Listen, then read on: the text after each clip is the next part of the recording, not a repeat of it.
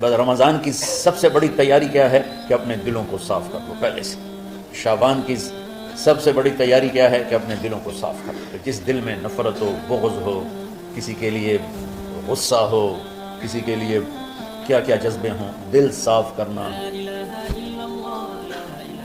ہمارے گھروں میں روزانہ جھاڑو ہوتا ہے، یہاں مدرسے میں روزانہ صفائی ہوتی کہ نہیں ہوتی؟ کیونکہ دنیا کی اصل گندگی ہے تو جھاڑو ہاتھ سے نہیں چھوٹ سکتا.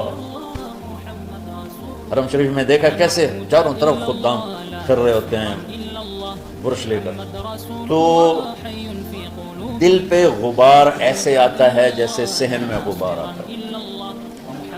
دل پہ گندگی ایسے آتی ہے جیسے صحن میں آتی ہے. تو ہم نے نظام بنایا ہوا ہے، لوگ وہ کر رہے ہیں، وہ روزانہ جھاڑو دیتے ہیں. تمہارا دل ایک آنگن ہے، ایک صحن ہے، اس میں بغض، نفرت، حسد، پتہ نہیں کیا کیا گندگیاں آئیں گی اور آتی رہیں گی.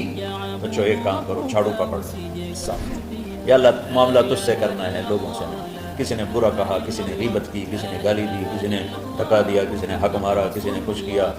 یا اللہ تیرے سے میں نے اپنے دل کو سب سے صاف کیا، میں نے اپنے دل کو سب سے صاف کیا. یہ اتنی بڑی عبادت ہے کہ بڑے بڑے نفلوں والے، تہجد والے، حج عمرے روزے والے تمہیں نہیں پکڑ سکتے، کیونکہ اس کا کرنے والا دنیا میں کوئی نہیں. نفل پڑھنے والے تو بے شمار ہیں، عمرے کرنے والے بے شمار ہیں، علماء بے شمار ہیں، حاجی بے شمار ہیں، سخاوت کرنے والے بے شمار ہیں، لیکن اس ٹکڑے کو صاف کرنے والا لاکھوں میں ایک بھی نہیں. مشکل کام آپ یہ سیکھیں. صاف صاف صاف. یہ رمضان کی سب سے بڑی تیاری اور علم کو حاصل کرنے کی سب سے بڑی چابی ہے کہ اپنے دل کو کھلا کرنا. کوئی چیز خالی ہوگی تو کچھ آئے گا. جس دل میں بغض بھرا ہو، نفرت بھری ہو، حسد بھرا ہو، کینہ بھرا ہو، اس میں خاک آئے، اس میں تو علم کی ایک کرن بھی نہیں آئی. زبان سے چاہے جتنے مرضی موتی بکھیرے، دل اس کا اندھا ہوگا. لا تعمل الابصار ولكن تعمل القلوب التي في الصدور. یہ آنکھوں سے اندھے نہیں، دل سے اندھے ہیں. تو بچوں اپنے دل کو صاف کرنا سیکھو. تو بچوں دنیا میں جنتی بننا ہے اور علم اللہ سے لینا ہے تو اسے صاف کرو. سب کی نفرت سے اس نے مجھے یہ کیوں کہا، اس نے مجھے یوں کیوں دیکھا، اس نے میرے بارے میں یوں کیوں کہا، اس نے میرے بارے میں یہ کیوں لکھا. جس کی تعریف ہوتی میری کتنی برائی ہوتی، اس لیے تعریف تو نہیں. بھرا پڑا سوشل میڈیا مجھے گالیاں. اللہ کے فضل سے میرے دل میں ایک ذرے کے برابر کبھی کوئی منفی جذبہ نہیں آئے تو میں دھو کے صاف کر دیتا ہوں. یا اللہ میں نے اپنے دل کو صاف کیا، میرا معاملہ تیرے ساتھ ہے، کسی کے ساتھ. تو ساری امت سے کہتا ہوں رمضان کا استقبال کرو، دلوں کو صاف کر کے، نفرتوں کو مٹا کے.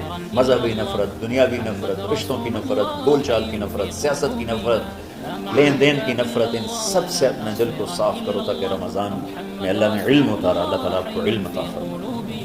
اور باقی لوگ جو ہم دنیا میں زندگی گزار رہے ہیں ان کے دلوں میں اللہ رمضان کا نور اتارے اور اپنے اور ہدایت کا نور اتارے. یہ سب سے بڑی تیاری ہے.